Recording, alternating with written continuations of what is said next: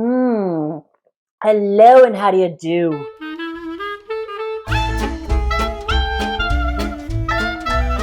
Hello and welcome to another video. My name is Heather and as always I'm reading with a vengeance and I hope you are as well. Much love to the OGs who keep coming back, and if you're new to my channel, very warm welcome to you. I hope everybody is doing very, very well. How's your reading going so far this year? We are done with the first quarter of the year, if you can believe it. What? Today I'm going to talk about the 5 books that have been my favorites so far this year. And we're dealing with the first quarter of the year, so we're dealing from January 1st to March 31st. I remember last year doing this same video and I remember it being a struggle because I started off 2022, every other book was a 5-star book. I had a really hard time just choosing my top 5 just for the first 3 months of the year. This year, while I've had a decent reading year, it was easy to pick my top 5 because the number of books that I've given 5 stars to has decreased significantly. If you've watched my wrap-ups, you probably could guess which books I'm going to talk about today. But you don't have to do that because I'm going to talk about them. Here is another spoiler alert, though, for this list. 4 of the 5 books that are my favorites for the first quarter of the year are on the Women's Prize for Fiction long list. So I'll have to also look back to see if I had that good a time reading the long list from last year as I am having this year. Oh my gosh, that might be another video. But that's neither here nor there. Let's get started. I'm not going to put this list in any type of order, I don't think, other than the order in which I read them, I think. Because it's kind of hard to put books that you love this much into an order. They're just going to be in a category of books that I love. Here we go. The first book that I read that was a 5-star book for me happened to be the very first book that I read in 2023, and that is A Prayer for the Crown Child by Becky Chambers. Funnily enough, when I did my 5 favorite books for the first quarter of the year last year, A Psalm for the Wild-Built was one of those books. If you're interested in seeing that video, I'll link that down in the box. But A Prayer for the Crown Child is the second in a duology. It's the Monk and Robot duology. I highly recommend. You don't have to be a fan of sci-fi. You don't have to be a fan of dystopian literature. This is just a story about human nature and kindness and what it means to be human, at least the best parts of what it means to be human. And since this is the second in the duology, I will just kind of tell you what the first one is about. Basically, you're following Dex, who is a tea monk. And this takes place many, many years in the future. It takes place after robots have kind of taken over. They decide to kind of leave humans to their own devices and go on and lead their own lives the way they want to lead them. And the humans let them go. And so humans are kind of left in a more primitive lifestyle. So Dex, being a tea monk, what he does is he is kind of a therapist. He sets out his tea service, and I keep referring to Dex as a he, and I don't mean to. Dex is non-binary, so I should be referring to them as they, them, and my apologies. I'm still trying to get used to that. Dex sets out their tea service, and people come to them and tell their problems, and Dex serves them tea and helps them get through whatever it is they need to get through. And Dex is unfulfilled in life and decides to go on a journey. And during this journey, Dex meets Moscap, who is a robot who has been sent by all the other robots to go back and check on the humans to see how they're doing. Moscap and Dex continue on this journey, and they're on the road together, and they're learning about each other. And it's just beautiful. This duology is perfect. I don't have anything but good things to say about it. I have not one criticism. It's beautifully written. It's absolutely relevant. It'll be relevant in 20 years and beyond. They're super short little novellas, really easy to get through. If you haven't read this duology yet, please, please, please do yourself a favor. Grab them from the library or somewhere and read them. They're absolutely beautiful. Next on this list is Memphis by Tara M. Stringfellow. This is another short book. It's only like 250 pages, but it packs a punch. There's so much in this book. Memphis, wow. You are following 3 generations of Black women, starting with Hazel back in the 1930s, and then her 2 daughters, Miriam and August. And then Miriam has 2 daughters, Maya, and Joan. You follow Hazel's perspective, and you're following Miriam's perspective, and you get a little bit of August's perspective, but not as much, and then you also follow Joan's perspective. It's just a wonderful story about the relationship between women, sister relationship, mother-daughter relationship is a huge theme in this book. But it's multiple POVs, you got multiple timelines, it goes back and forth, but you never get confused. I thought Stringfellow's exploration of generational trauma was brilliant. It's a little bit hard to read at times, but she just told it beautifully. Memphis is a character in this book, and the descriptions of this town in different timelines was perfect, I thought. I loved the characters. I loved the story. I absolutely will be reading more by Tara Stringfellow. I found the ending to be highly satisfying. I couldn't find a single fault in this book. I absolutely loved Memphis. Do yourself a favor with this one. Next on this list is a huge surprise to me, and that is Demon Copperhead by Barbara Kingsolver. Now, in more than one videos, I have talked about how I have not gotten on with Barbara Kingsolver's work. I read Prodigal Summer, and I thought it was meh. And I read, of course, everybody's favorite by her, which is the Poisonwood Bible. And I did not like the Poisonwood Bible, so I didn't think I was going to read more by Kingsolver. And the only reason that I have was because I was tasked with reading Demon Copperhead for the Booktube prize. I was worried about it. I'm like, oh my God, I'm being forced to read a book that I would never pick up.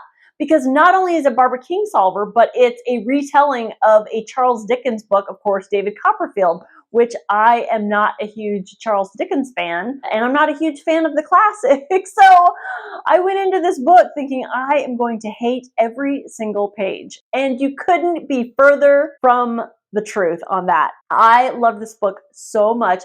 As I said, this is a contemporary reimagining of David Copperfield. It's just brilliantly told. Demon Copperhead, that's not his real name, that's his nickname, and everybody in this story has a nickname. The nicknames are clever little plays on the names in David Copperfield. But Demon is a young boy. You follow him from the age of, I believe, 7. He is the child of a drug addict mom living in poverty in the mountains of Appalachia. And you follow his story as he survives the foster care system. He feels that he has no opportunities in life.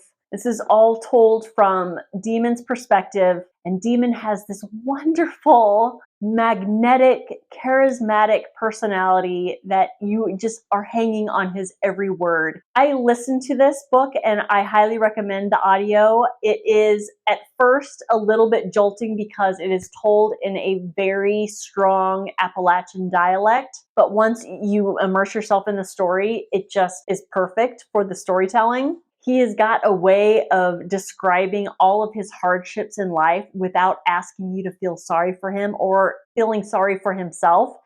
And it's just brilliant. He's witty, he's funny. He doesn't let all the terrible things that happen to him change the kindness with which he treats everybody that's just inherent in his character. You will fall in love with Demon. You will absolutely love this book. Please don't let the length deter you. You won't be bored. I absolutely loved Demon Copperhead. Next up is The Bandit Queens by Parini Shroff. I just talked about this in my March wrap-up. So if you want to hear more about what I thought about The Bandit Queens, I will link that video down below, as well as the Booktube Prize review and rankings. I talk more about Memphis and Demon Copperhead. But the only thing that you guys need to know for this video is that I absolutely loved The Bandit Queens. Absolutely loved it. I listened to it as well. Highly recommend the audio. This follows Geeta, who is a young woman living in India. And she lives in a small village, and she belongs to what's called a loan club that is comprised of women in the village who loan each other money, and they meet weekly to basically gossip. Geeta's husband has been missing for 5 years, and the rumors in the village are that Geeta killed her husband and got rid of the body. Geeta doesn't do anything to dispel those rumors because being feared in this village has kind of worked to her advantage. Then one of the women in the loan club comes to Geeta asking for help to get rid of her abusive husband. Geeta's reputation as a bandit queen works as a double-edged sword. And the story goes from there. This is a story about female friendship and loyalty It deals with domestic abuse as well as all other types of abuse, deals with sexual politics. It deals with the caste system in India, which is very, very interesting to learn about. And Shroff explores it deeply in this book in such a fascinating way. The dialogue is witty and there's a dark humor in here that I absolutely found delightful. I do a series of 5 books that I'm super excited to be published every month, and I did this one because it was published in January, and I was super excited about it when I first heard about it, and then when it was longlisted for the Women's Prize for Fiction, I couldn't have been more thrilled. I'm so glad I read it. I absolutely loved it. What is so impressive about this book, among many other things, is this is a debut novel, so I am so looking forward to what Parini Shroff comes up with next. Loved this book. Please read it. Now, as I said in the beginning of this video, it wasn't difficult to come up with a list of 5 favorites for the first quarter of the year, but I did have a little bit of a struggle to come up with the 5th book to put on this list because it was a tie between 3 books. 3 books that I absolutely loved, and they were This Time Tomorrow by Emma Straub, Vanishing Acts by Jodi Picoult, and Pod by Laline Paull. When it came down to it, I decided to go with the one that made me feel things, that had me crying at the end, and that is Pod by Laline Paull. I just reviewed this in my March wrap-up, so again, if you want more details, that video will be linked down below. I loved this book so much, and while I initially gave it 4 stars, I'm contemplating because of how much I have thought about it, and because when I think about it, how much it still makes me feel. I think about going back and upgrading it to 4.5 to 5 stars. This is a book that deals with a lot of issues that we as humans deal with, but the characters, instead of being human, are marine animals. Specifically, you're following Ia, who is a spinner dolphin who has been ostracized from her pod, and she unwillingly becomes the member of a bottlenose pod, and it follows her struggle to survive.